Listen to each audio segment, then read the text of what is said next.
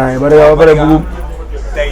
ñëpp xam nañ sa relation yow Sokana lu war xam rek Sokana la mooy sa relation ak Batika.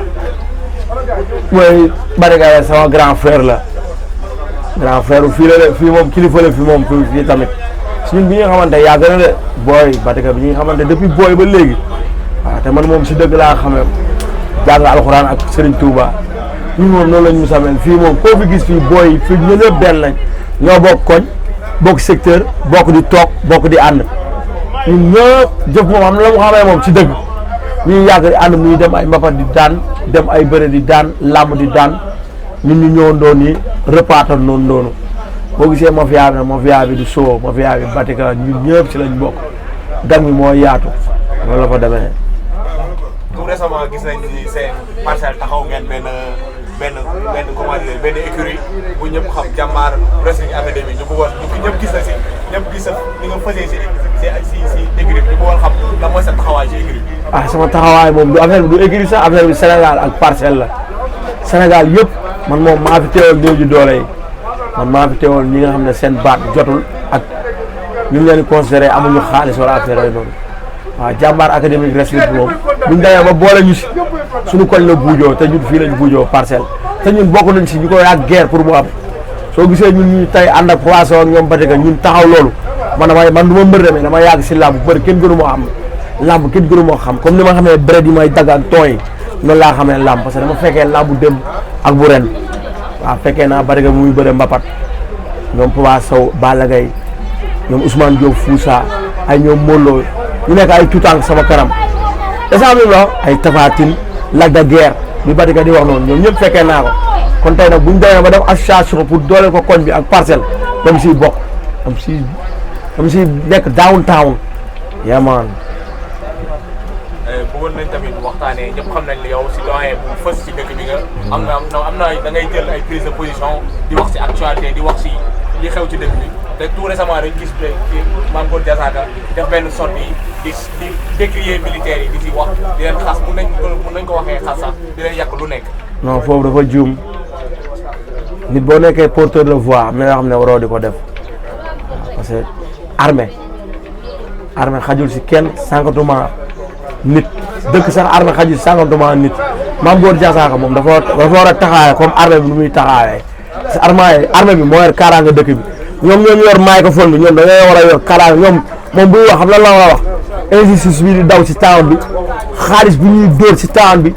nit ñi ñuy rey surtout temps yi nga xam ne temps Sénégal rey rek a fi am amul sécurité waaw déedéet loolu du waru militaire moom si caserne lay nekk militaire ay ordre lay joxe loolu ñu ko war a def du militaire moom mu ngi tooñ militaire yi de parce que soulèvement dëkk militaire kenn du ko offensé te Sénégal yooyu du fi am mukk moom jàng na école xam na alxuraan kon moom xam na leneen luy gérer sécurité dëkk ko dul militaire de bu dee moom dafa ragal a wax li war a am na noppi parce que dëgg boo ko ragalee wax da ngay noppi ñun ragalu ñu wax dëgg ñun parce que si dëgg lañ judd si la ñuy dee Mame Gor Diazaka nag yooyu li mu koy conseillé loolu bu mu ko wax di mukk xam naa dafa juum doomu aadama matul mais na ko gaa yi jégal rek parce que moom yàgg na taxaw tamit peuple sénégalais di woyee si biti ak fii kon boog dafa juum rek mais na rafetlu ay kàddoom parce que armée dafa diis armée xajul si kenn parce que am na ay militaires yu dee ndax Sénégal am na ay militaires yoo xam ne rey nañ leen fu ne ñenn ñi seen yaay yi sax gis seen koor yi te noonu lañ muñee noppi est-ce que xam ne kon moom armée du lu ñuy dingat loolu bu mu ko mës a defati si li mu koy conseillé waaye rafetul. tamit bëggoon nañu waxtaanee tamit mooy borom ñaari tur temps yi ñu gis bëgguma tur turam sax mais temps yi gis nañ mu def benn vidéo boo nga xam ne sénégalais yëpp ñu ngi koy relayer mu ci naan day wax ci diine wala day jàngal nit yi sénégalais yi diine di wax si loolu quoi ban jàngat daal. ñooñu propagande la loolu sénégalais yi buñ ci nekk di loolooy propagande l'islam moo njëkk mooy mujj propagande nag ñooñu boo leen di wax sax da nga leen di may buzz te ñooñu propagande moom waaw yàllaa leen sib booy tudd si affaire propagande sax da nga leen di may buzz seen mooy comme tur commencé ay fra ay gée bugguma ko wax si olof ay travis yooyu yëpp propagande la mooy ñi nga xam ne dañ fi nekk naan dañuy jéem a tuutil l'islam kenn mënu ko tuutil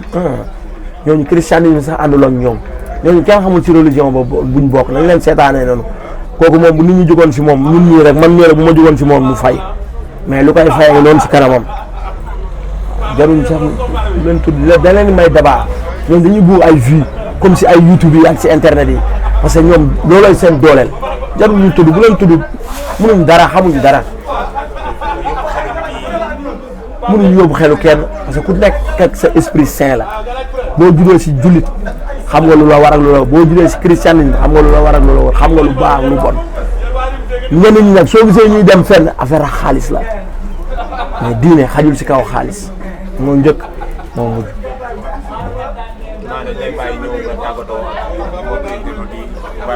mooy moom bi moom ñu ngi siyaar di ñaanal bépp Sénégal ak bépp internaute bu nekk si town bi ñëpp di suivre yéen journalistes yi yéen ñii dañ leen di delloo ndikkal parce que lii dafa metti nga taxaw si naaj bi ñëw di ñu jël loolu dafa metti ñun amuñu seen fay journalistes yi nekk si town bi yëpp ak ñi nga xam ne dañoo génn àddina yàlla na yàlla xare àjjana ak journalistes yi nga xam ne dañu leen tëj àtte leen si yoon yoo xam ne amul yàlla na yàlla jégal ñu génn parce que lii dafa metti liggéey bi parce que mënoon ngeen fi ñëw dund fi leneen mais Parcelles moom boo fi ñëwee peace and love nga am ñun moom loolu lañ xam ñun xamuñu fight peace and love rek peace and love rek lañ xam peace and love kon boog internautes yeeg diaspora bi di nekk kaawam ñëpp ñu ngi leen di ñaanal di leen shout out xam nga la ak équipe bu bees bi waaw man yaaram moom dama ko si ñaanal yaa moom man bi mu koy xam bi may nekk booy mu nekk sama patron maag Papa Sow mu nekk suñu patron de li ma nii moom ba tey mi ngi ànd ak ñun nekk si équipe boobu kon kenn amul fayam yaaram man moom laay woowee mël laay Pythagore ñoom Franc Goro Sok Batika parce que dañoo bàyyi seen lépp ñëw gëmuñu xaalis affaire la PA la am na nag ñeneen ñu des ñi nga xam ne ñu ngi sibiti ak nekk feneen yëpp yaatu nañ équipe bi dafa yaatu du Parcelles kese fépp la lépp képp ku sentir sa bopp